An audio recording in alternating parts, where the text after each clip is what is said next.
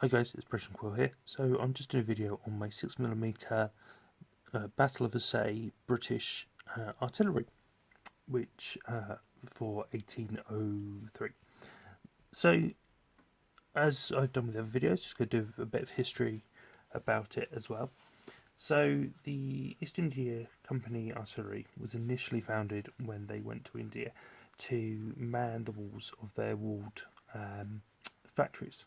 So they're called factories, and sort of mini castles. But soon, as with any of these things, they were deployed out into the battlefield rather than just being stationary defence. Now, at the commencement of the Anglo Maharata War, which Assaye is part of, then the artillery was heavily outnumbered, which is by the Maharatas. And actually, the Battle of Assaye, they were outnumbered about 10 to 1. The British had about 22 guns, and they reckoned that the opposing side had about 250. So you can see a bit of a challenge there. So each set of guns within the army was organised into a company.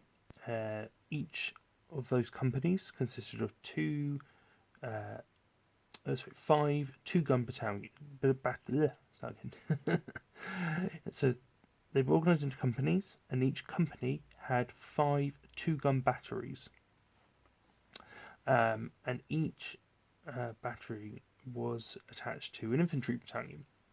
So commonly they were deployed as a whole company to 5 infantry battalions. So commonly there'd be 5 infantry battalions working together, and then an entire company of artillery was attached to it.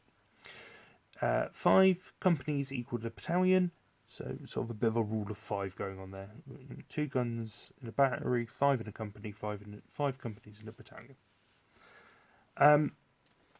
As far as the men manning it were concerned, then the breakdown was roughly 1 colonel, this is in a battalion, 1 colonel, 1 lieutenant colonel, 1 major, 5 captains, 5 captain lieutenants, 10 lieutenants, lieutenants. I'm British, why am I saying lieutenants?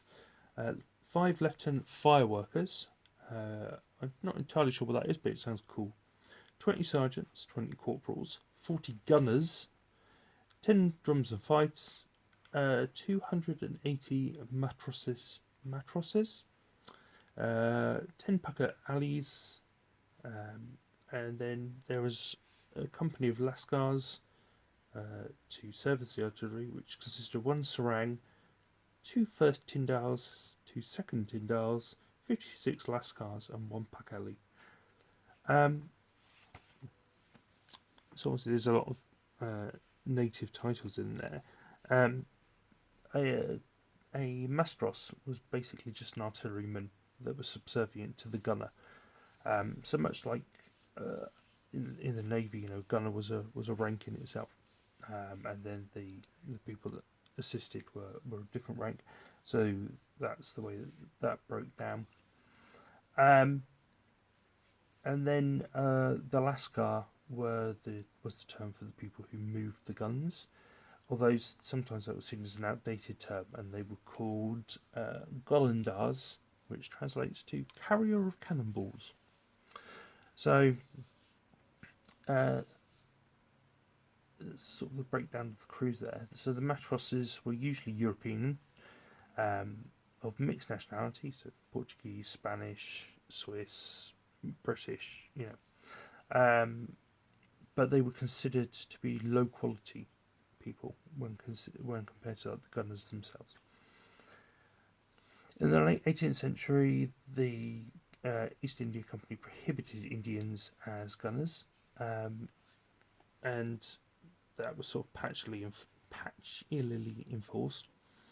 And the lascars themselves were usually of Indian descent. At the start of the Anglo-Maharata War in 1803, the artillery batteries were drastically undermanned, probably because of this whole they can't have Indian gunners bit. And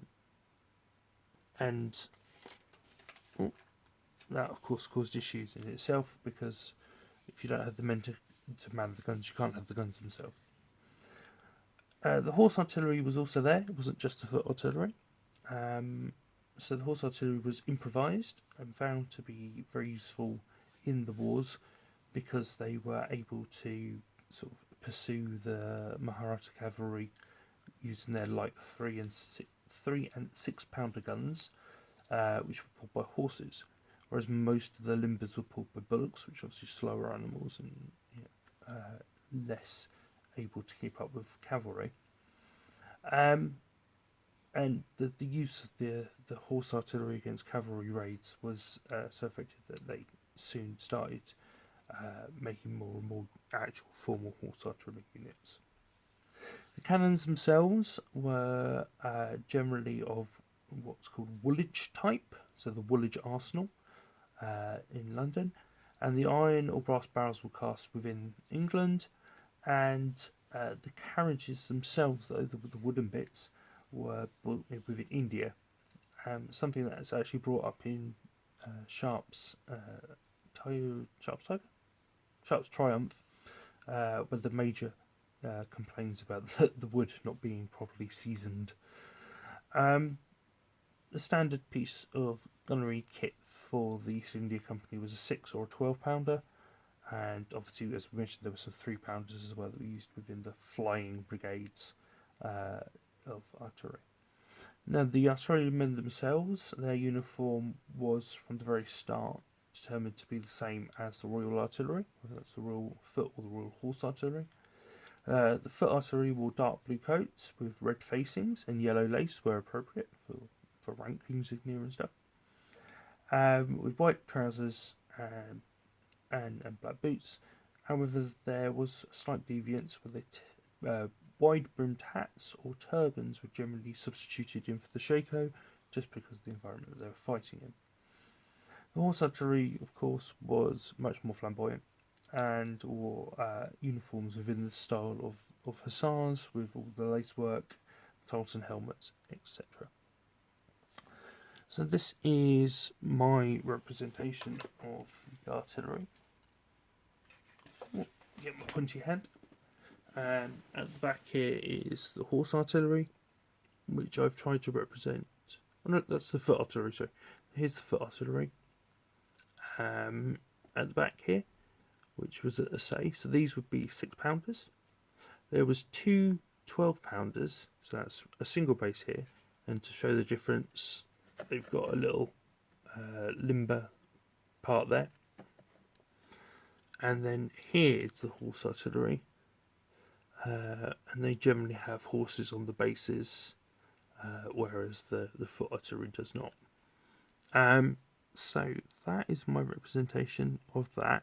Now, I could have done for the British done the 22 guns, and sort of made it 1 for 1, but I haven't for 2 reasons. The first is that if I was to do it 1 for 1, then I'd feel inclined to do it for the Maharattas. I'm not painting 250 cannon at 6mm. And the second thing is just the length, the frontage of it. So this is already 120mm across, I think. And if I was to do all 10 of them, we'd be talking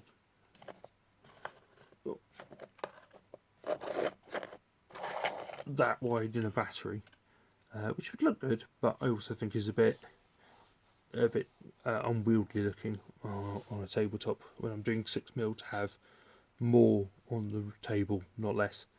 So yeah, so that's that. There was a slight problem with painting the cannons. If you look at this one here, you'll see this cannon sort of collapsed a bit. It's just, unfortunately, with 6mm, some bits are just too small, too weedy, and get broken very easily. So if you do 6mm artillery, just be aware of that yourselves. All the miniatures are from Irregular Miniatures, so lovely casts on them. There is some beautiful detail, probably not very well painted by myself. And the basing is tufts from Boomtown, and the actual basing material itself is from Luke's APS or Geek Gaming, and I tried out for the first time on this stuff, Vallejo Earth Texture. So that seems to have worked out quite well under the basing, trying to level some bits out, and just filling in bits maybe where the APS stuff hasn't fixed properly. So anyway, you guys have a good one. I'll see you in the next video. I hope this was of interest to you. Coming up in this series is going to be command bases next, so that will be quite interesting. I've already built them, I just need to paint them, and it'll be fun to go through and look at the different commanders. I'm not going to do a deep dive history into each commander because that's just going to be far too long, but I'll sort of briefly give you a small bio on each one. You guys have a good one, and I'll see you in the next video.